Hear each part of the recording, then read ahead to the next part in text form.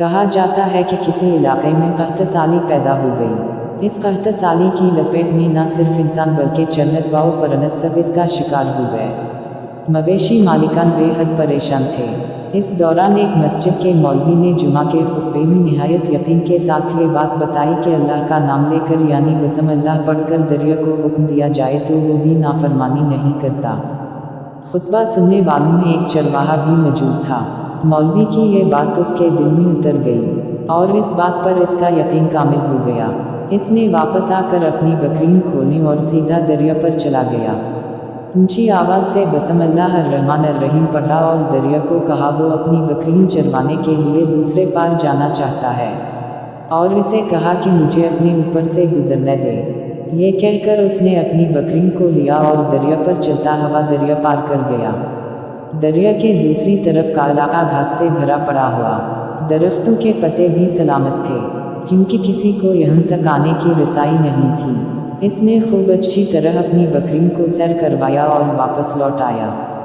پھر یہ اس کا معمول بن گیا کہ وہ بکریوں پار چھوڑ کر واپس آ جاتا اور شام کو جا کر بکریوں واپس لے آتا۔ اس کی بکریوں کا وزن دگنا چوگنا ہو گیا۔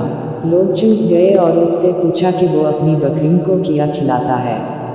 وہ سیدھا سادھا اور صاف دل نوجوان تھا۔ اس نے صاف صاف بات بتا دی کہ جناب میں تو بسم اللہ الرحمن الرحیم پڑھ کر دریا پر چل کر اپنی بکریوں دوسری طرف چروانے لے جاتا ہوں۔ یہ بات سب نے سنی مگر کسی نے اس چرواہے کی بات پر یقین نہیں کیا کیونکہ یہ ناقابل یقین بات تھی۔ مگر بات ہوتے ہوتے مولوی صاحب کے پاس پہنچ گئی۔ مولوی صاحب نے اس چرواہے کو بلایا اور سارا ماجرا پوچھا۔ اس چرواہے نے مولوی صاحب کو ہی حوالہ بنا لیا کہ مولوی صاحب نے تو آپ کا شکریہ ادا کرنے والا تھا۔ آپ نے جمعہ کے خطبے میں جو نسخہ بتایا تھا کہ بسم اللہ کہہ کر دریا کو بھی حکم دو تو وہ بھی انکار نہیں کرتا، تو میں تو بس آپ کے نسخے پر ہی عمل کر رہا ہوں۔ مولوی صاحب حیرت سے اس کے چہرے کو دیکھتے رہے۔ مولوی صاحب نے کہا بھائی صاحب ایسی باتیں تو ہم ہر جمعہ میں کرتے ہیں، فقط ان کا مقصد لوگوں کا ایمان بنانا ہوتا ہے۔ مگر بکریوں والا ڈٹا رہا کہ میں تو بس بسم اللہ کہہ کر پانی پر چلتا ہوں اور بکریوں سمیت پانی پار چلا جاتا ہوں۔ آخرکار مولوی صاحب نے صبح خود یہ تجربہ کرنے کی ٹھانی، جسے دیکھنے چرواہے سمیت پورا علاقہ بھی آ گیا۔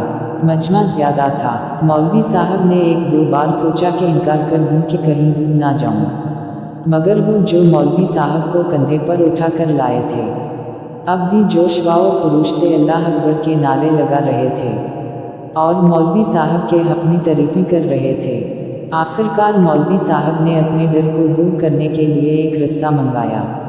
پہلے اسے ایک درخت کے ساتھ باندھا، پھر اپنی کمر کے ساتھ باندھا، پھر ڈرتے ڈرتے ڈھیلا ڈھالا بسم اللہ پڑھا اور دریا پر چلنا شروع ہو گئے۔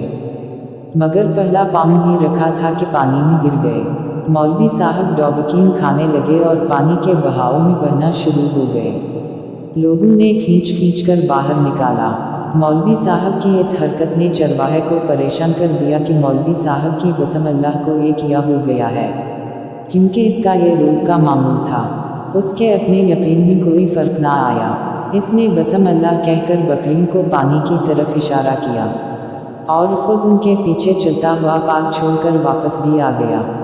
لوگ اسے ولی اللہ سمجھ رہے تھے اور اس کے حق میں نعرے لگا رہے تھے، مگر وہ سب سے بے نیاز سیدھا سادہ انسان تھا۔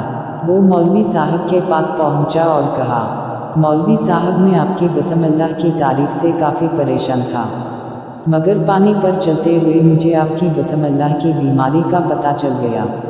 اس چرواہے نے درخت سے بندھی رسی کی طرف اشارہ کیا اور کہا مولوی صاحب یہ ہے آپ کی بسم اللہ کی بیماری، آپ کی بسم اللہ کی برکت کو یہ رسہ کھا گیا۔